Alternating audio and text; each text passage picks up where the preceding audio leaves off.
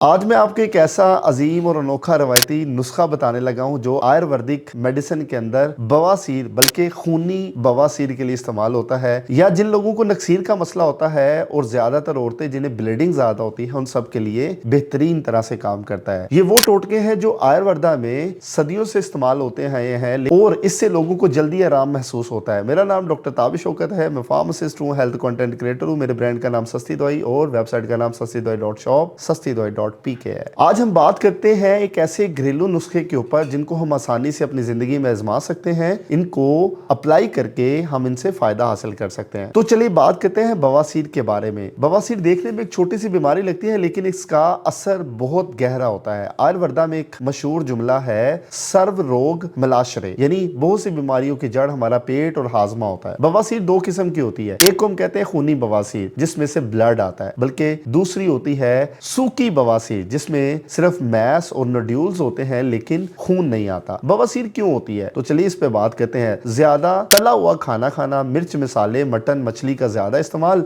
Antibiotic या pain killer का बेजा इस्तेमाल, वॉशरूम का रोके रखना, पुरानी कब्ज का मसला यानी कि कॉन्स्टिपेशन और जोर लगाकर स्टूल पास करना। अगर आप इनमें से कोई काम करते हैं तो ये एक वजह हो सकती है आपकी बवासीर की, अगर आप बवासीर के पेशेंट है। जब जोर लगाया जाता है तो एनस की नाली फूल जाती है जिसमें से मैस पाइल बन जाते हैं। इंटरनल पाइल में ब्लीडिंग होती है जबकि एक्सटर्नल पाइल में आमतौर पर ब्लीडिंग नहीं होती। बाइक, स्कूटी और गाड़ी चलाने वाले लोगों में बवासीर की शिकायत सबसे ज्यादा होती है। सबसे जरूरी बात क्या है, कब्ज बिल्कुल भी नहीं होनी चाहिए और जिस चीज से बवासीर बढ़ती है उससे बचना जरूरी है। क्या खाना चाहिए और क्या नहीं, चलिए हम बात करते हैं कि क्या खाना चाहिए। खिचड़ी खानी चाहिए, दही का सा इस्तेमाल करना चाहिए, फल और फलों का इस्तेमाल, सब्जियां, हरी मिर्च और काली मिर्च, और इसको भी आपने मॉडरेट अमाउंट में इस्तेमाल करना है, एक्सेस नहीं। ये चीजें नहीं खानी चाहिए जिसमें लाल मिर्च आता है, बैंगन है, खताई है, चाय, कॉफी, मटन और अल्कोहल का इस्तेमाल। लाल मिर्च ज्यादा लेने से लोगों में ब्लीडिंग बढ़ने की शिकायत होती है। यही बात है जो मैं आपको बता रहा हूँ। घरेलू आयुर्वेदिक नुस्खे क्या है, ट्रेडिशनल मेडिसिन, चलिए इस पे बात करते हैं जो हमारा मेजर टॉपिक है, जलेबी वाला रवायती नुस्खा। आयुर्वेदा में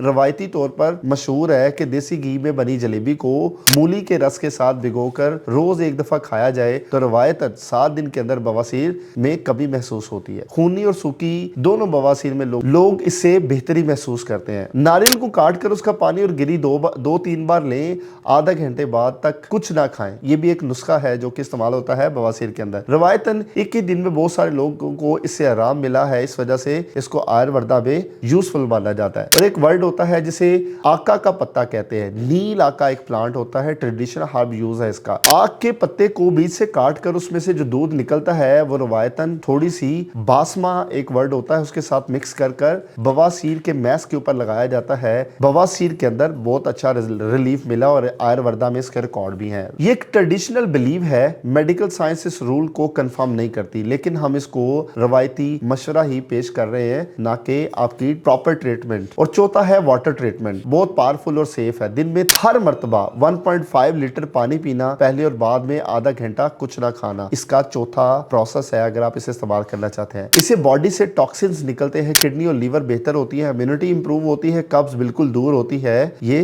चौथे नुस्खे की वजह से। किचन के आसान टोटके, चोकर वाली रोटी कब्ज को सबसे जल्दी दूर करती है। मुनक्का, बीज निकाल कर अगर आप खाते हैं तो इससे पेट साफ होता है। अनार रवायतन ब्लीडिंग को रोकने में मदद करता है। चोकर की रोटी 7 से 10 दिन में बवासीर के दर्द को आराम महसूस करवाती है। 100% आयुर्वेदिक दवाई डॉक्टर के हदायत के मुताबिक आप इस्तेमाल करेंगे। डॉक्टर साहब बताते हैं कि उनकी फार्मेसी में खास हर्बल दवा बनती है, इसमें होता है मुनक्का, नीम गिरी। रोज 2 गोलियां सुबह शाम लेने से बवासीर, फिशर और फिस्टोला में लोगों को बहुत रिलीफ महसूस हुआ। और आज का हम कंक्लूजन क्या निकालते हैं, उम्मीद है आज की सभी रवायती आयुर्वेदिक नुस्खे आपको समझ आ गए होंगे। अगर आप डॉक्टर की दवाई लेना चाहते हैं तो कंसल्ट लाजमी करें। आयुर्वेदा वो तरीके होते हैं जो सदियों पुराने इस्तेमाल होते हैं, लेकिन आज भी लोगों में ये किसी ना किसी तरह बेहतरी ला रहे हैं, चाहे मेडिकल साइंस कितनी भी तरक्की कर गई। लेकिन ये बात याद रखें, हर चीज का इलाज मेडिकल साइंस के अंदर मौजूद नहीं होता, तो लोग इस वजह से